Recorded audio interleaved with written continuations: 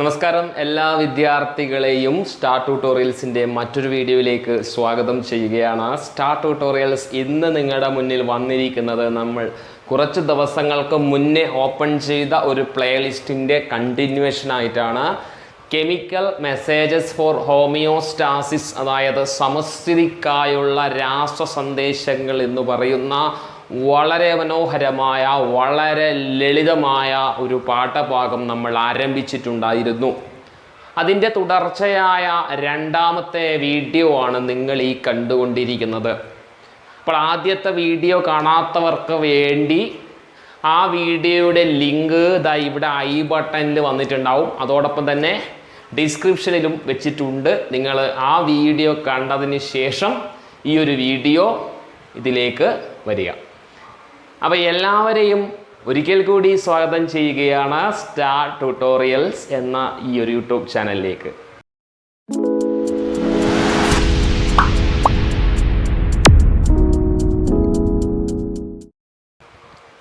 അപ്പോൾ ഈ ഒരു വീഡിയോ ചാനൽ നിങ്ങൾ ആദ്യമായിട്ടാണ് കാണുന്നതെങ്കിൽ തീർച്ചയായും ഈ വീഡിയോ ലൈക്ക് ചെയ്ത് ചാനൽ സബ്സ്ക്രൈബ് ചെയ്യാൻ മറക്കരുത്.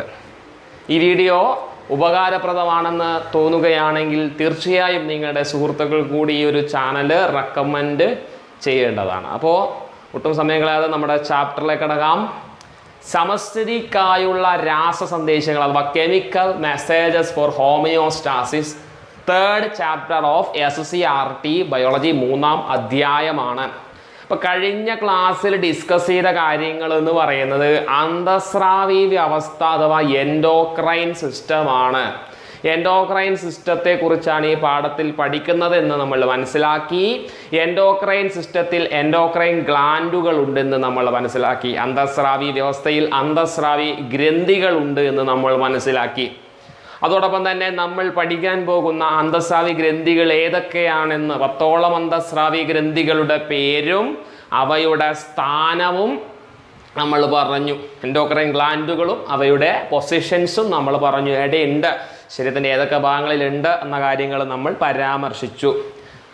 അതോടൊപ്പം തന്നെ നമ്മൾ പറഞ്ഞു അന്തസ്രാവി ഗ്രന്ഥികളെ നാളീരഹിത ഗ്രന്ഥികൾ എന്ന് വിളിക്കുന്നു.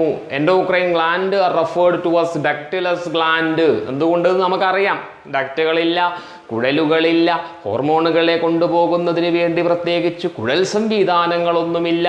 Do not have specialised duct for the passage of hormones produce by the gland. അതുകൊണ്ടാണ് എന്ത് പറഞ്ഞത്, ഈ ഡക്ടിലസ് ഗ്ലാൻഡ് എന്ന് വിളിച്ചത്. അതോടൊപ്പം തന്നെ നമ്മൾ പറഞ്ഞു ഹോർമോൺ ആക്ഷൻ സ്പെസിഫിക് ആണ്. ഓരോ ഹോർമോൺസിനും ഇതിൻ്റെ ടാർഗറ്റ് സെല്ലുണ്ട്, ലക്ഷ്യകോശമുണ്ട്. ഓരോ ഹോർമോണിനും തോന്നിയതുപോലെ എല്ലാ സെല്ലിലും എല്ലാ കോശത്തും പോയി പ്രവർത്തിക്കൂല എന്നൊക്കെ നമ്മൾ മനസ്സിലാക്കിയ കാര്യമാണ്. അപ്പോൾ ഒരു ഹോർമോണിൻ്റെ ടാർഗറ്റ് സെല്ലാണ് അത് എന്ന് പറയണമെങ്കിൽ ഈ ഹോർമോണിന് ബൈൻഡ് ചെയ്യാൻ പാകത്തിൽ, ഈ ഹോർമോണിന് വന്നിരിക്കാൻ പാകത്തിലുള്ള ഗ്രാഹികൾ, റിസപ്റ്റർ ഉണ്ടാവണ്ടേ ആ സെല്ലിൽ. അങ്ങനെയാണെങ്കിൽ ഒരു ഹോർമോൺ ഒരു സെല്ലിൻ്റെ റിസപ്റ്ററിൽ വന്ന് ബൈൻഡ് ചെയ്ത് കഴിഞ്ഞാൽ അവിടെ ഒരു കോംപ്ലക്സ് സംയുക്തം ഉണ്ടാവുന്നു എന്ന് പഠിച്ചിട്ടുണ്ട്. എന്താണത്? ഹോർമോൺ ഗ്രാഹി സംയുക്തം, ഹോർമോൺ റിസപ്റ്റർ കോംപ്ലക്സ് ഫോം ചെയ്യുന്നു എന്നൊക്കെ നമ്മൾ പറഞ്ഞതാണ്, മനസ്സിലാക്കിയതാണ് കഴിഞ്ഞ ക്ലാസ്സിൽ.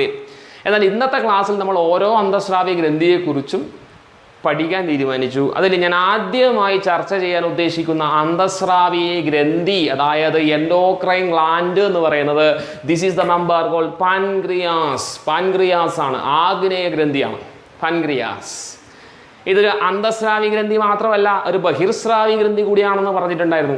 It is not only an endocrine gland, it is an exocrine gland also. നമുക്ക് നോക്കാം. എൻഡോക്രൈൻ ഗ്ലാൻഡ് ആണ് അല്ലെ, കൂട്ടത്തിൽ ഞാൻ പറഞ്ഞു എൻഡോക്രൈനും എക്സോക്രൈനും ആണ്. അപ്പോൾ എൻഡോക്രൈൻ എന്ന് പറയുന്നതിൻ്റെ അർത്ഥം ഹോർമോൺ പ്രൊഡ്യൂസ് ചെയ്യുന്നുണ്ടല്ലേ.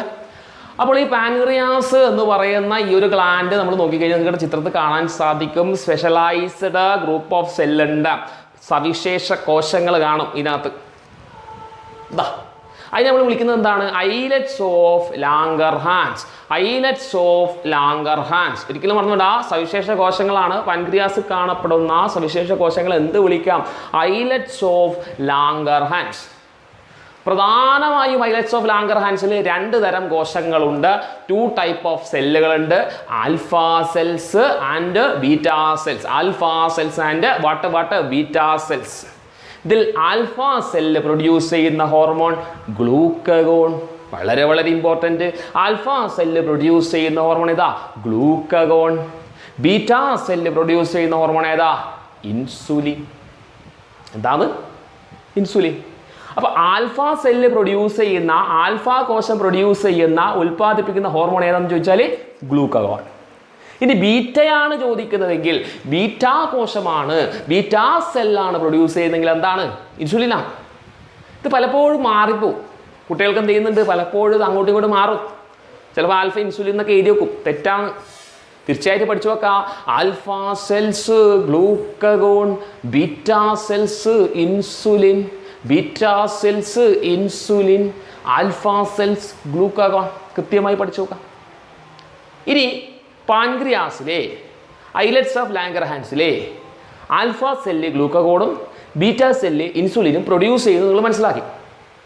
ഇനി ഇൻസുലിൻ്റെയും ഗ്ലൂക്കഗോണിൻ്റെയും ഫങ്ഷൻ എന്താണ് എന്ന് നിങ്ങൾ മനസ്സിലാക്കണം. ഈ രണ്ട് ഹോർമോണുകൾ നമ്മുടെ രക്തത്തിൽ ഉണ്ടായതുകൊണ്ട് അല്ലെങ്കിൽ നമ്മുടെ ബോഡിയിൽ പ്രൊഡ്യൂസ് ചെയ്യുന്നത് കൊണ്ട് എന്താണ് ഇതിൻ്റെ ഫങ്ഷൻ, എന്താണ് നമുക്കുള്ള പ്രയോജനം? These two hormone help to regulate sugar level or glucose level in the blood. എന്താ ഞാൻ പറഞ്ഞേ? രക്തത്തിലെ ഗ്ലൂക്കോസിൻ്റെ അളവ് ക്രമീകരിക്കുന്നതിന് വേണ്ടി സഹായിക്കുന്ന രണ്ട് ഹോർമോണുകളാണ് ഇത്, ഇൻസുലിനും ഗ്ലൂക്കഗോണും. ക്ലിയർ? രക്തത്തിലെ ഗ്ലൂക്കോസിൻ്റെ അളവ് പഞ്ചസാരയാണല്ലേ. ആ പഞ്ചസാരയുടെ അളവ് എപ്പോഴും എന്തായിരിക്കണം? നോർമലായിരിക്കണ്ടേ അല്ലേ? നമ്മുടെ ശരീരത്തിൽ ഇങ്ങനെയുള്ള എല്ലാ കാര്യങ്ങളും എപ്പോഴും എന്തായിരിക്കണം? നോർമലായിരിക്കണം. വേണ്ടേ? വേണം. കൂടാനും പാടില്ല, കുറയാനും പാടില്ല. എപ്പോഴും എന്തായിരിക്കണം? നോർമൽ എന്നുള്ള സാധാരണ അളവിൽ ഉണ്ടാവണം. അതാണല്ലോ നമ്മുടെ സമസ്ഥിതി, അതായത് ഹോമിയോസ്റ്റാസിസ്. അപ്പോൾ പഞ്ചസാരയുടെ അളവ് ഇവിടെ അല്ലെങ്കിൽ ഗ്ലൂക്കോസിൻ്റെ അളവ് ക്രമീകരിക്കുന്നതിന് വേണ്ടി സഹായിക്കുന്ന ഹോർമോണുകൾ രണ്ടെണ്ണമാണ്, ഇൻസുലിനും അതുപോലെ തന്നെ ഗ്ലൂക്കഗോണുമാണ്.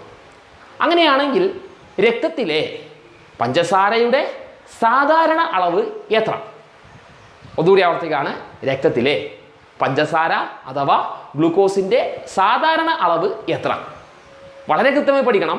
സാധാരണ അളവ്, normal level of glucose in the blood എന്ന് പറയുന്നത് ഇറ്റ് റേഞ്ച് ഇൻ ബിറ്റ്വീൻ, കൃത്യമായ അളവല്ല, റേഞ്ചാണ് പറയാം. Range in between 70 to 110 milligrams per 100 millilitre. വളരെ വളരെ ഇമ്പോർട്ടൻ്റ് ആണ്. 100 മില്ലിലിറ്റേഴ്സ് ഓഫ് ബ്ലഡ്, 100 ml ബ്ലഡിൽ 70 to 100 milligram is a normal value. വളരെ വളരെ വളരെ വളരെ ഇമ്പോർട്ടൻ്റ് ആയിട്ടുള്ള ഒരു വാല്യൂ ആണ്. Normal level of calcium, sorry not calcium but sugar or glucose in the blood.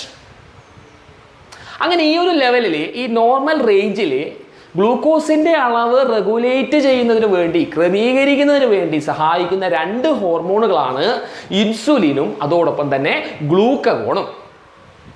ഇനി നോക്കണം, എങ്ങനെയാണ് ഈ രണ്ട് ഹോർമോണുകൾ പഞ്ചസാരയുടെ അളവ് ക്രമീകരിക്കുന്നത് എങ്ങനെയാണെന്ന് പഠിക്കണം. ഇനി ഒരു അവസ്ഥ പറയാം.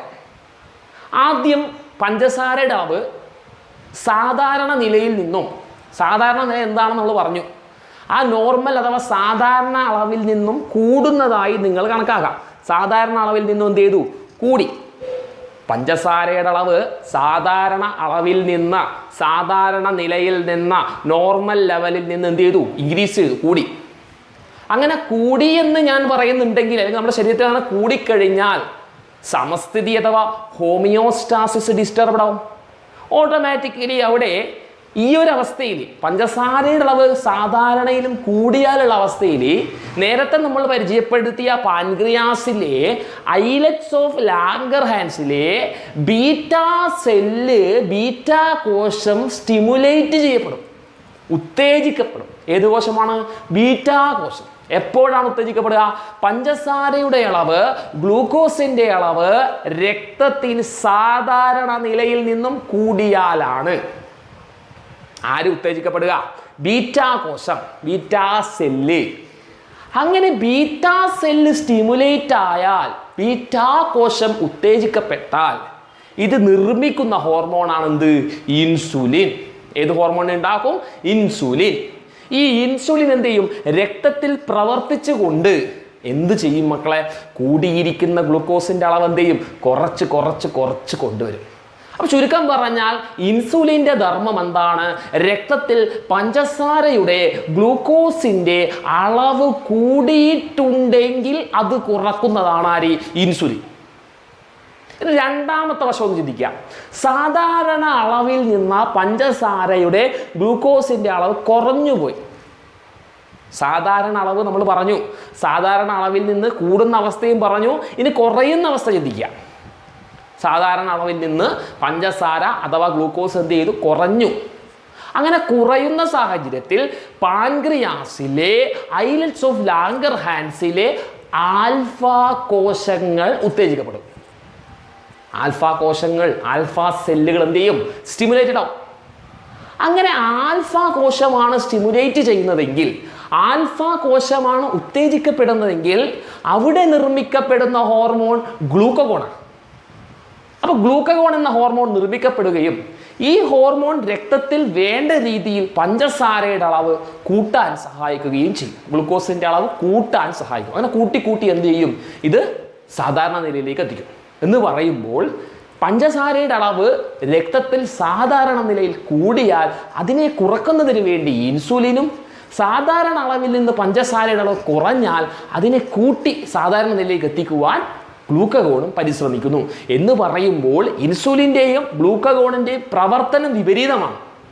പക്ഷേ ഈ രണ്ട് ഹോർമോണിൻ്റെ പ്രവർത്തനം കൊണ്ടാണ് രക്തത്തിൽ പഞ്ചസാര അഥവാ ഗ്ലൂക്കോസിൻ്റെ അളവ് എന്ത് ചെയ്യുന്നത്? ക്രമീകരിച്ചു പോകുന്നത് നമ്മുടെ ശരീരം. വളരെ പ്രധാനപ്പെട്ട രണ്ട് ഹോർമോണുകൾ തന്നെയാണ് ഇൻസുലിനും അതുപോലെ തന്നെ ഗ്ലൂക്കഗോൺ. ക്ലിയർ ആവുന്നുണ്ട് എന്ന് വിചാരിക്കുന്നു. അപ്പോൾ നിങ്ങൾ മനസ്സിലാക്കി, ഇൻസുലിൻ എന്ന ഹോർമോണ് രക്തത്തിൽ പഞ്ചസാരയുടെ അളവ് സാധാരണ നിലയിലും കൂടിയാൽ കുറക്കുന്ന ആളാണ്. അപ്പോൾ ഏത് രീതിയിലാണ് ഇൻസുലിൻ ഇത്തരത്തിൽ പഞ്ചസാര അഥവാ ഗ്ലൂക്കോസിൻ്റെ അളവ് കുറക്കുന്നത് നമുക്ക് പരിശോധിക്കാം. ചിത്രം കാണാം. നിങ്ങൾ നോക്കുക, ഇവിടെ എന്താ ഇൻസുലിൻ ചെയ്യുന്നത്? രക്തത്തിൽ നിന്ന് പഞ്ചസാര കുറക്കുകയല്ലേ ചെയ്യുന്നത്? അപ്പോൾ രക്തത്തിൽ കൂടിയിട്ടുണ്ട്, ഇപ്പോൾ കുറക്കണം എന്ന് വെച്ചാൽ ഇവിടെയുള്ള ഗ്ലൂക്കോസിനെ എടുത്ത് മാറ്റണം. രക്തത്തിലെ ഗ്ലൂക്കോസ് എടുത്ത് മാറ്റണം. എങ്ങനെ മാറ്റാം? അമിതമായി വരുന്ന ഗ്ലൂക്കോസിനെ സെല്ലുകളിലേക്ക് അപ്ടേക്ക് ചെയ്യാം, കോശങ്ങളിലേക്ക് ആഗിരണം ചെയ്യിപ്പിക്കുന്ന രീതിയിലേക്ക് ആക്കി മാറ്റാം. രണ്ടാമതെന്ന് പറയുന്നത്, ഈ ഇൻസുലിൻ എന്ന ഹോർമോൺ അമിതമായി വരുന്ന ഗ്ലൂക്കോസിനെ, എക്സസ് ഗ്ലൂക്കോസിനെ ഗ്ലൈക്കോജൻ ആക്കി കൺവേർട്ട് ചെയ്യും. അതാണ് അടുത്ത് നോക്കേണ്ട point. Glucose is converted to glycogen. ഇത് പ്രധാനമായും നടക്കുന്നത് നമ്മുടെ ലിവറിലായിരിക്കും. ഇത് കൂടാതെ മസിൽ സെല്ലുകളിലും ഈ പറഞ്ഞ കൺവേർഷൻസ് ഇൻസുലിൻ ചെയ്യാറുണ്ട്. വളരെ കൃത്യമായി തന്നെ കാര്യങ്ങൾ മനസ്സിലാക്കുക. ഇനി ഇത് ഇൻസുലിൻ്റെ കാര്യം. ഇനി ഗ്ലൂക്കഗോണിൻ്റെ കാര്യം എന്ന് പരിശോധിച്ചോളൂ. ഗ്ലൂക്കഗോൺ എന്താ ചെയ്തത്? രക്തത്തിൽ സാധാരണ അളവിലും ഷുഗർ, പഞ്ചസാര കുറഞ്ഞാൽ കൂട്ടുന്ന ആളാണ്. അപ്പോൾ രക്തത്തിൽ ഇപ്പോൾ പഞ്ചസാര ഇല്ല, ഗ്ലൂക്കോസ് ഇല്ല എന്ന് പറയുമ്പോൾ കുറച്ച് ഗ്ലൂക്കോസിനെ ഒപ്പിച്ച് എന്ത് ചെയ്യണം? ഇതിലേക്ക് കൂട്ടണം. അപ്പോൾ ഇതിലേക്ക് ഗ്ലൂക്കോസ് കൂട്ടണമെങ്കിൽ ആദ്യം ഗ്ലൂക്കോസ് നിർമ്മിക്കണം. എങ്ങനെ നിർമ്മിക്കും? ഒന്നാമതായി കരളിൽ സംഭരിച്ചു വെച്ചിരിക്കുന്ന ഗ്ലൈക്കോജനെ എന്താക്കി മാറ്റും? ഗ്ലൂക്കോസ് ആക്കി മാറ്റും. അപ്പോൾ ഗ്ലൈക്കോജനെ ഗ്ലൂക്കോസ് ആക്കുന്നത് ഗ്ലൂക്കഗോണാണ്, ഗ്ലൂക്കോസിനെ ഗ്ലൈക്കോജൻ ആക്കുന്നത് ഇൻസുലിനാണെന്ന് നമ്മൾ മനസ്സിലാക്കി. അപ്പോൾ ഇവിടെ ഗ്ലൂക്കഗോൺ എന്ത് ചെയ്തു? കരളിലും മറ്റും സംഭരിച്ചു വെച്ച ഗ്ലൈക്കോജനെ എന്താക്കി മാറ്റുകയാണ് സുഹൃത്തുക്കളെ? ഗ്ലൂക്കോസ് ആക്കി മാറ്റി. ആ ഗ്ലൂക്കോസ് എന്ത് ചെയ്യും? രക്തത്തിൽ ആഡ് ചെയ്ത് കഴിഞ്ഞാൽ രക്തത്തിൽ ഗ്ലൂക്കോസിൻ്റെ അളവ് കൂടുമല്ലോ, കൂടി. ഇതല്ലാതെ അമിനോ ആസിഡുകളിൽ നിന്നും ഗ്ലൂക്കോസിനെ നിർമ്മിച്ച് ആ ഗ്ലൂക്കോസ് രക്തത്തിൽ കൂട്ടി എന്ത് ചെയ്യുന്നുണ്ട്? പഞ്ചസാരയുടെ അളവ് കൂട്ടാനും ശ്രമിക്കുക. രണ്ട് രീതിയിൽ ചെയ്യാറുണ്ട്. ആ രണ്ട് രീതികളും കൃത്യമായിട്ടൊന്ന് നിങ്ങൾ പഠിച്ചു വെക്കണം. ഇത്രയും കാര്യങ്ങൾ വളരെ കൃത്യമായി തന്നെ നിങ്ങൾ മനസ്സിലാക്കിയിട്ടുണ്ട് എന്ന് തന്നെ പ്രതീക്ഷിക്കട്ടെ. ഇനി പറയാനുള്ളത്, ചില വ്യക്തികളിൽ ബീറ്റാ കോശങ്ങൾക്ക് ചിലപ്പോൾ തകരാറ് സംഭവിക്കാറുണ്ട്. അങ്ങനെ ബീറ്റാ കോശങ്ങൾക്ക് തകരാറ് സംഭവിച്ചാൽ വേണ്ട രീതിയിലുള്ള ഇൻസുലിൻ അയാളുടെ ശരീരത്തിൽ നിർമ്മിക്കപ്പെടുന്നുണ്ടാവില്ല. ഇനി അതല്ല എന്നുണ്ടെങ്കിൽ ബീറ്റാ കോശങ്ങൾക്ക് യാതൊരു തകരാറും ഉണ്ടാവില്ല. പക്ഷെ നിർമ്മിക്കപ്പെടുന്ന ഇൻസുലിൻ അതിൻ്റെ ധർമ്മം ചെയ്യാൻ സാധിക്കുന്നുണ്ടാവില്ല. ക്ലിയർ? ഇൻസുലിന് കൃത്യമായി അതിൻ്റെ ധർമ്മം ചെയ്യാൻ സാധിക്കുന്നുണ്ടാവില്ല. അതുമല്ലെങ്കിൽ ഇൻസുലിൻ പെർഫെക്റ്റ്ലി ഓക്കെ ആയിരിക്കും, പക്ഷെ ആ ഇൻസുലിൻ്റെ പ്രവർത്തനം കൊണ്ട് കോശങ്ങൾക്ക് ഗ്ലൂക്കോസിനെ ആഗിരണം ചെയ്യിക്കാൻ സാധിക്കുന്നുണ്ടാവില്ല.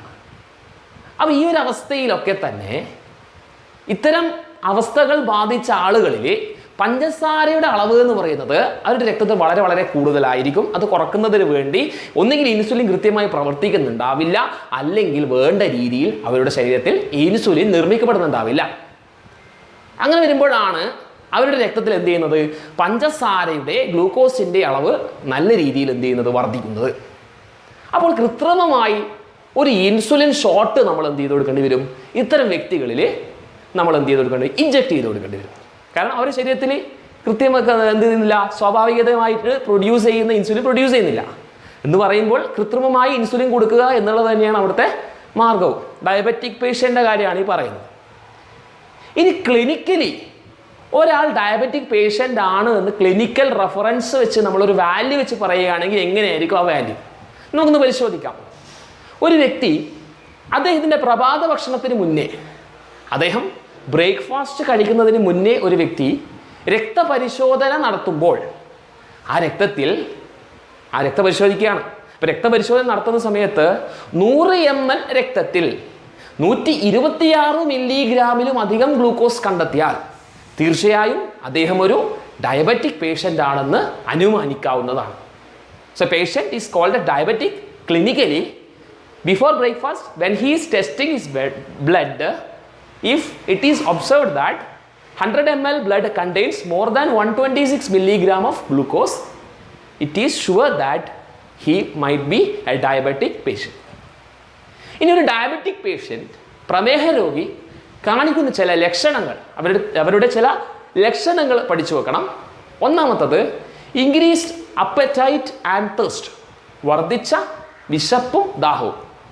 രണ്ടാമത്തെ ഒരു ലക്ഷണം എന്ന് പറയുന്നത് ഫ്രീക്വൻറ്റ് യൂറിനേഷൻ ആണ്, കൂടെയുള്ള മൂത്രമൊഴിക്കും. വളരെ വളരെ വ്യക്തമായി തന്നെ കാര്യങ്ങൾ നിങ്ങൾ മനസ്സിലാക്കണം. ഇപ്പോൾ ലാബിൽ പോയി നമ്മുടെ രക്തം പരിശോധിച്ച് അതിൽ ഷുഗറിൻ്റെ അളവ്, ഗ്ലൂക്കോസിൻ്റെ അളവ് കണ്ടെത്താൻ സാധിക്കുന്നു എന്ന് ഞാൻ പറഞ്ഞിരുന്നു.